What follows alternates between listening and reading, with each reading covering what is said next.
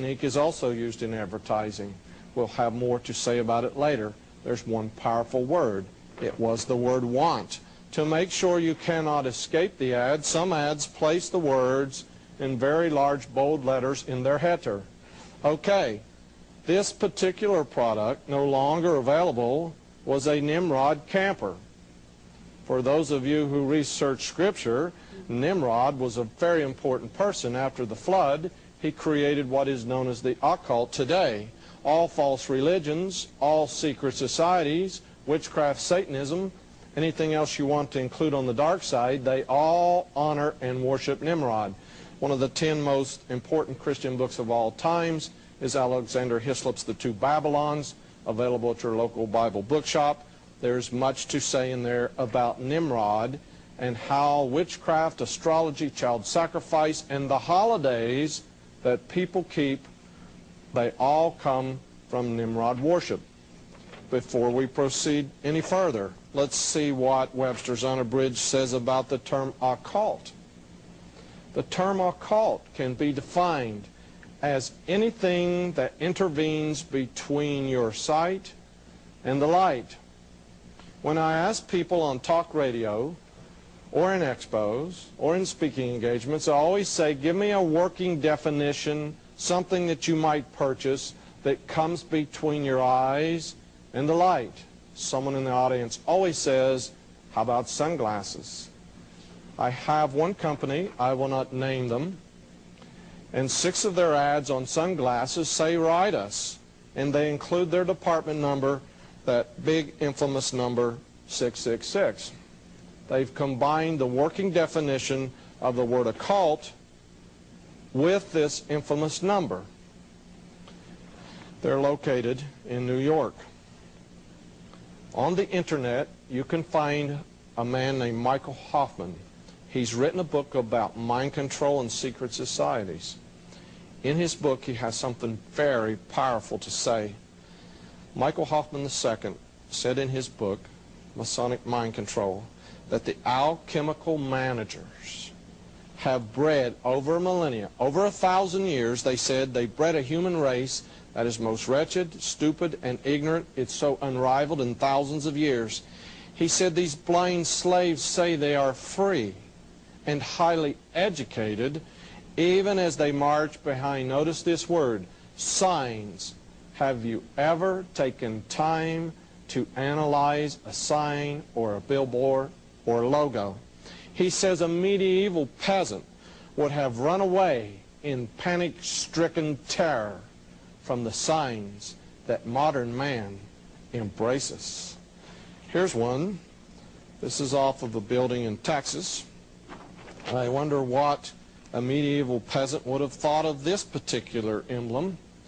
More on it later. Its history and what year it appeared on your dollar bill, but please notice the eye.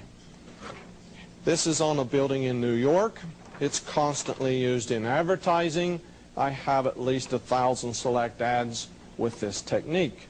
When I first discovered this technique, I did not even have a name for it. My wife and I would simply say, I found a few more ads on the eye technique. I didn't understand it had great spiritual significance. Not only is it a psychological ploy, it is very uncomfortable if someone is staring at you. Sometimes eyes are used in hypnosis, but there's something even deeper beyond that. If you'll notice, in U.S. News and World Report, they were constantly in the 80s running this survey once a year on who runs America. But why did they choose this particular emblem when they're asking the survey who runs America? There was one banker from New York, Chase Manhattan, who was always in the top 10. But again, let's look to the Scripture for all our answers. No one would believe in this term.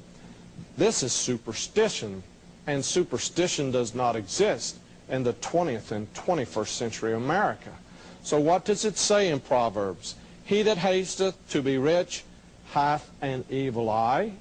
What in the world are they talking about? Please notice the connotation. It is connected with someone that wants to be rich. I wonder if they want to get rich on Madison Avenue or Fifth Avenue in New York.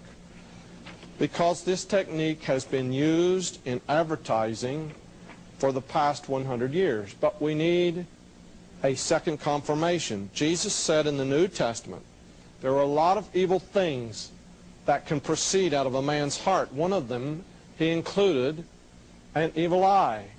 A man's intentions can be seen in his eyes. You can be controlled by someone staring at you or controlling you. I went to the local bookstore and I discovered there was a book on the history of this whole subject.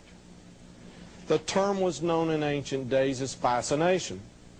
There are dozens of ads in the United States utilizing two eyes staring at you, and in the fine print they will mock you because they will include the term fascination. I was surfing the internet and found this strange site.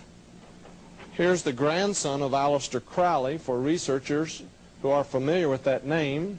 It's the man who made black magic return to our century. There's much at your local library about Aleister Crowley, who died in 1947. Notice on this website, it's called the Order of the Evil Eye. We do not need to read all the particulars, but please notice at the bottom it says death to Christianity. I passed 6 or 8 billboards on my way driving here today where eyes were used to control the person in the car reading the advertisement on the billboard. But remember, Michael Hoffman said that a medieval peasant would run away from a lot of signs and symbols that we embrace today. This one is very well known. This is Lucent Technologies. I have a little story behind this. A good crowd of Christian people are very informed about Lucent Technologies.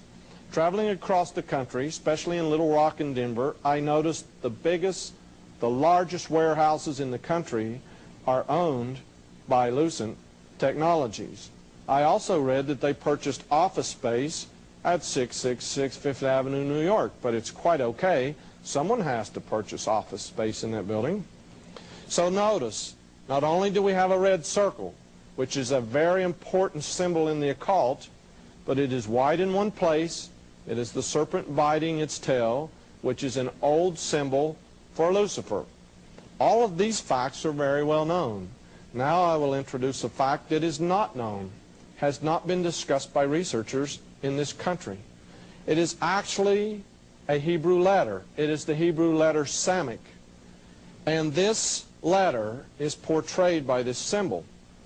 But the Hebrew letter Samech means a sign or a prop. Notice this is a Lucent sign. I was at an expo in Columbus, Ohio. I had a friend travel all the way from Detroit to exchange information. He was a retired dental surgeon. Someone told us there was a headquarters at the edge of town. He said, "Al, would you like me to rush out, get a photograph for your research?" I said, "Yes, make sure you get the red O on the sign." So this retired dental surgeon rushed out to get it before it got too dark. This is a public street. I suppose it's a public building. But when he snapped the photograph, the security guard came out and threatened to arrest him. But my friend was an only child. Even though he's 65, headed towards his 70s, he still gets his way. So he backed off very slowly, talking at the same time, until he got close to the car and he threw his camera in and drove off. I did not know it was against the law to photograph a sign in a major city. I guess we have a lot to learn, don't we? Have you seen this emblem before? There was a controversy in the 80s. This is a typical article that appeared in the newspapers discussing this symbol on a lot of products. There was a big fuss. There was a boycott.